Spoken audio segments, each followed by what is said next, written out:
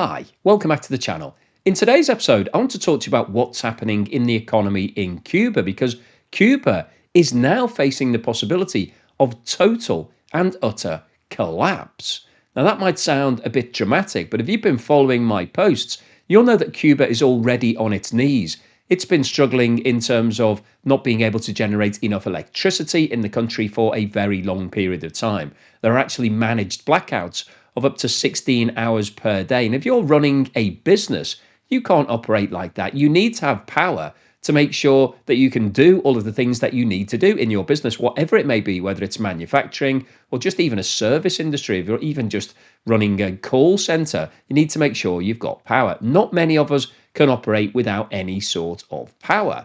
And Cuba, unfortunately, has built its whole power system to be based on oil. And this dates back to its old communist days. If you know the history of Cuba, you'll know that up to the 1950s, it had actually a very good relationship with the USA. The US had been helping it develop its own oil industry because Cuba does have oil, so it produces some of its own. And it developed the sugar industry. It was actually the world's largest exporter of sugar back in the day. However, Fidel Castro took over the country and basically went all in on communism. And so Cuba formed a very close relationship with the Soviet Union during that period. And obviously, the USA stepped away from Cuba and applied all of the sanctions against it. Now, the reason why the power industry is based on oil is because of that long-standing relationship with the Soviet Union, because the Soviet Union had lots and lots of oil. It was Russia. And so it was giving it for free to Cuba in exchange for things like medical people going over to Russia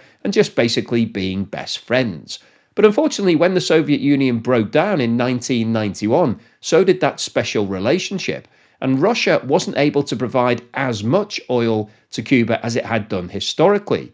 And because all of the power stations had been built to use oil as their primary source of fuel, that left a very expensive conundrum from Cuba's point of view. How is it going to afford to buy all of that oil?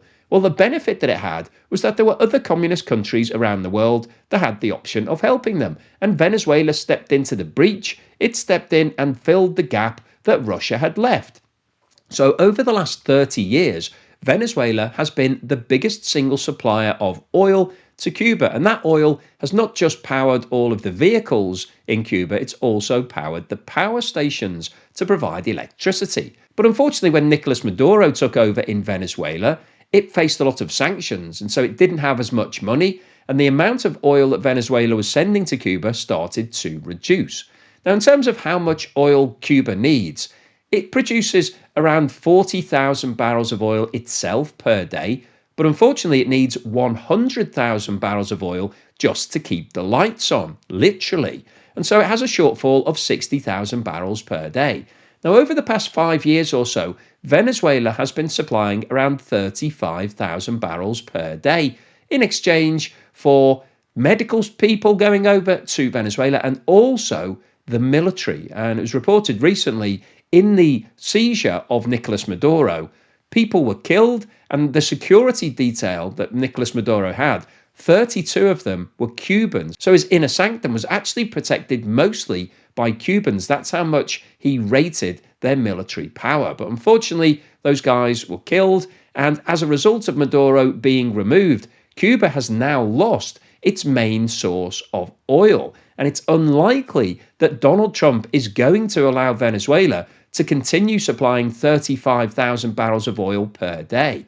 So that's leaving Cuba with a massive shortfall. And the country is already suffering in terms of not having enough oil to keep all of the electricity going. So this is really a tipping point from Cuba's perspective. It does receive some oil from Russia, but that is a very small amount these days.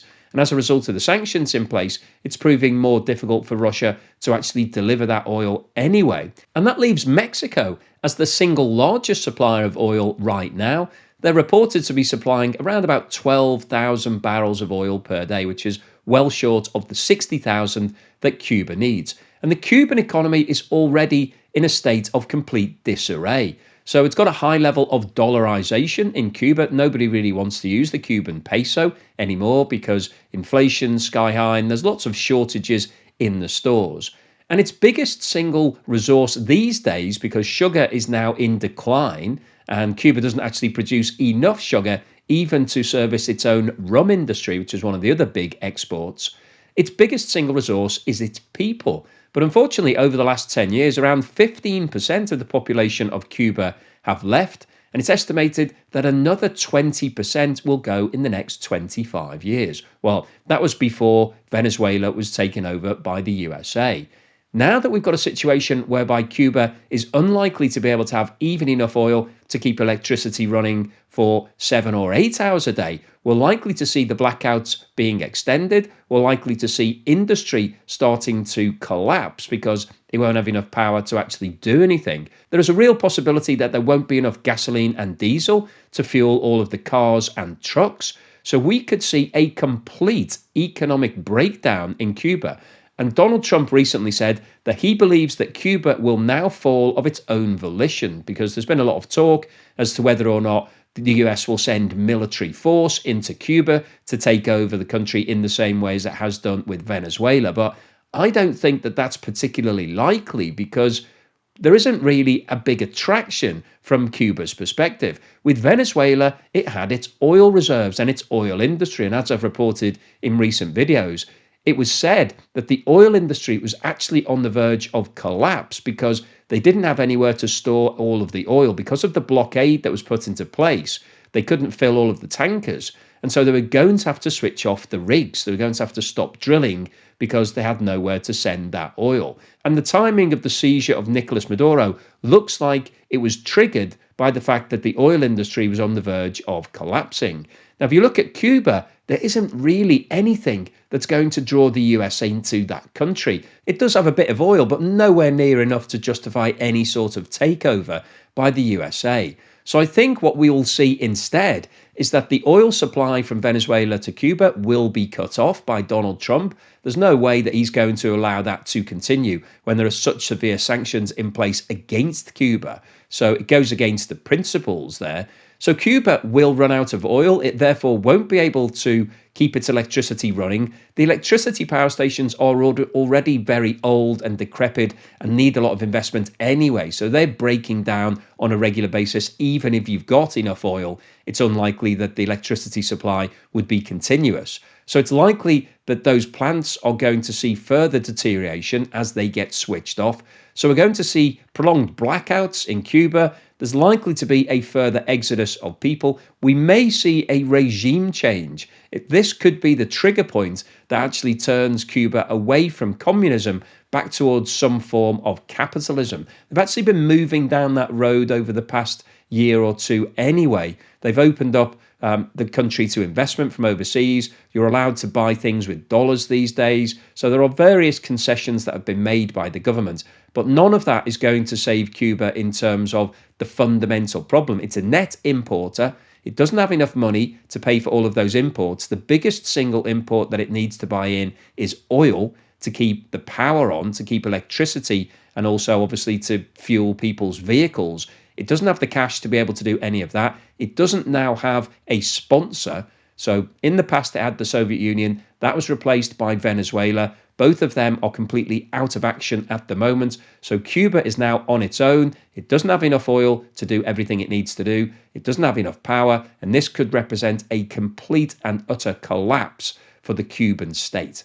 So I wanted to give you this update really just to bring you up to speed as to what the knock-on implication of the replacement of Nicolas Maduro in Venezuela and the USA stepping in to control the country and the oil supply is on other countries. And I think the biggest single impact is going to be on Cuba.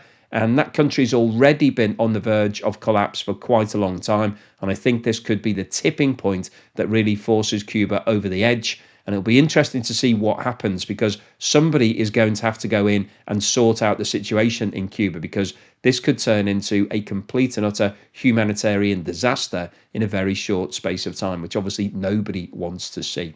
So hopefully you've enjoyed today's video, you found it useful, informative and thought-provoking. If you've liked what I've said, then please give me a thumbs up. Thank you for watching this video all the way through to the end. If you haven't subscribed yet, please hit that subscribe button. Don't forget that I'm running my competition at the moment, whereby you can win my house located close to one of the best beaches in the UK, or take a cash prize of £250,000, whichever you prefer. But you have to buy a ticket to be in with a chance. You can get one of those by scanning the QR code on the screen now, or clicking the link in the description below. If you do that, then thank you very much and good luck. Thank you also to everyone that's supported me in other ways. If you bought me a coffee or sent me a YouTube super thanks or signed up as a Patreon, YouTube member or buy me a coffee member, really appreciate that support. And here's something to put a smile on your face.